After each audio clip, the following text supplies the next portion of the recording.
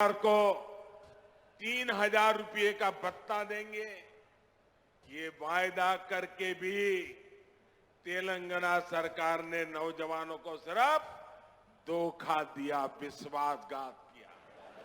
इन लोगों ने आपसे वायदा किया था कि गरीबों को 2 बेडरूम वाले 7 लाख फ्लैट बनाकर देंगे। ये वायदा भी यहां की सरकार पूरा नहीं कर पाई है। ये लोग किसानों के 1 लाख रुपया तक के कर्ज को माफ करने की बात भी कहा करते थे, लेकिन इस वायदे पर भी इनकी सरकार ने तेलंगाना के लोगों को सिर्फ विश्वासघात ही दिया है।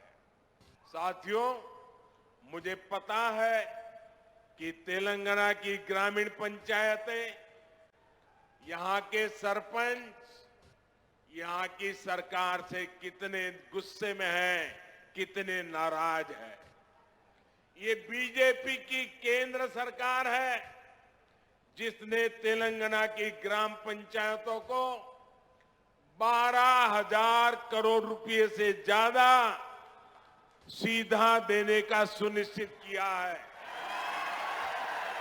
यहां की ग्राम पंचायतें ज्यादातर काम सेंट्रल फंड से ही करा रही है।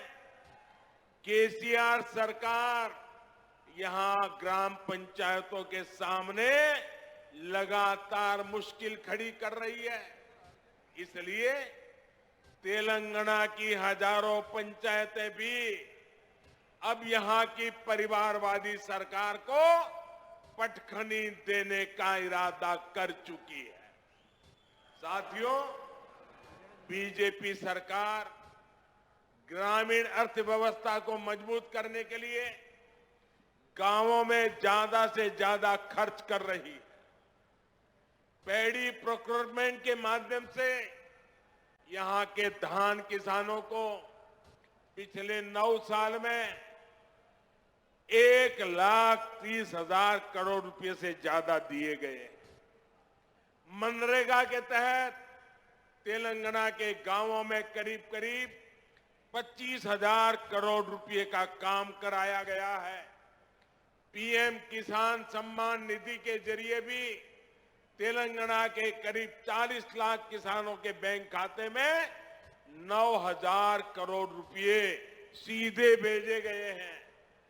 पीएम आवास योजना के तहत जो करोड़ों घर बनाए गए हैं, उनसे भी हजारों करोड़ रुपए ग्रामीण अर्थव्यवस्था में पहुंचे हैं।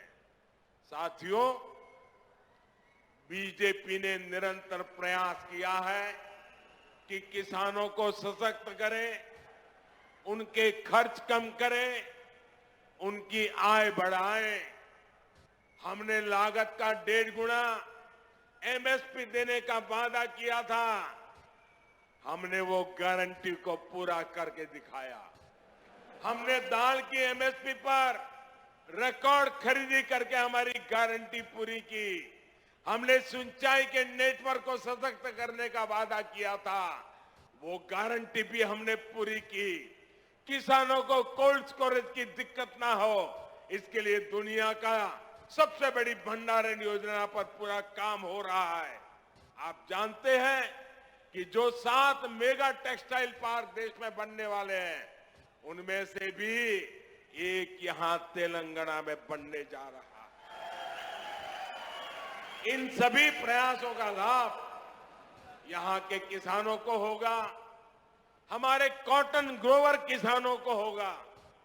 भाइयों बहनों, तेलंगाना की सरकार ने गरीब, दलित, पिछड़े आदिवासियों को सिर्फ झूठे वादे दिए, झूठी घोषणाएं दी, लेकिन केंद्र की बीजेपी सरकार ने सही मायने में इन वर्गों को सशक्त किया है। वारंगल सहित इस पूरे क्षेत्र में बड़ी संख्या में आदिवासी और पिछड़े समाज के लोग रहते हैं। पहले की सरकारों में हमारे आदिवासी भाई बहनों के साथ सौतेला व्यवहार किया जाता था। सड़कें हो, पीने का पानी हो, स्कूल हो, अस्पताल हो, हमारे ट्राइबल भाई बहन का नंबर सबसे अंत में आता था।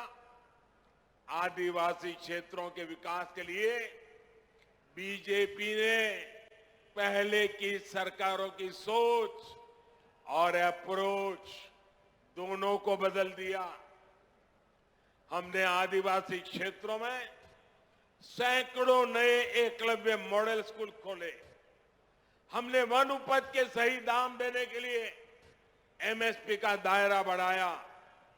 हमने जनधन केंद्रों के माध्यम से रोजगार के नए साधन तैयार किए।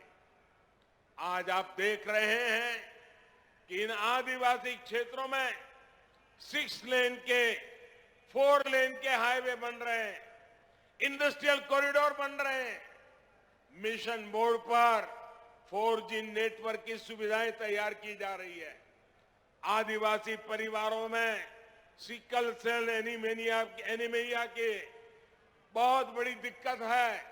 अब बीजेपी सरकार ने सिकल सेल एनीमिया को जड़ से हटाने के लिए भी अभियान शुरू किया है। साथियों, आजकल कुछ लोग चुनाव से पहले जनता को गुमराह करने के लिए झूठी गारंटी लेकर आ रहे हैं। बीजेपी चुनाव के लिए झूठी बातें या झूठी गारंटी कार्ड नहीं बांटती। अगर बीजेपी हर गरीब परिवार को मुफ्त राशन देने की बात करती है तो पूरा राशन गरीब के किचन तक पहुंचता है।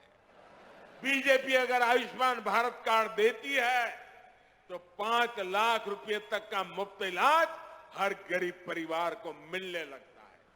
अगर बीजेपी घर घर टॉयलेट बनाने का अभियान शुरू करती है तो हर गरीब, दलित, पीड़ित, पिछड़े, आदिवासी के घर तक सुविधा पहुंचती है।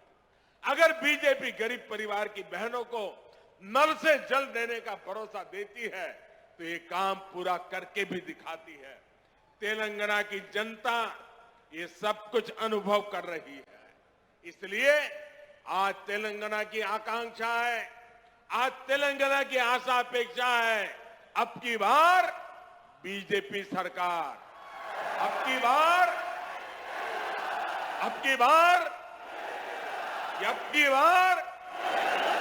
यही भाव मैं यहां वारंगल में देख रहा हूं, पूरे तेलंगाना में देख रहा हूं।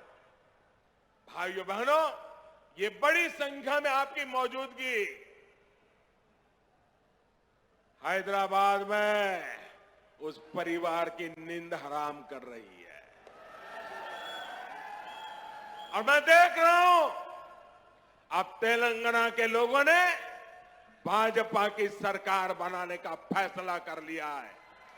मैं फिर एक बार आप सबको बहुत बहुत शुभकामनाएं देता हूं। बहुत बहुत धन्यवाद।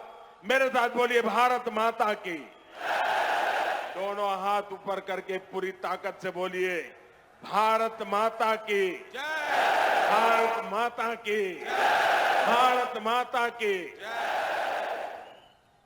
वादियों को सिर्फ अपने बच्चों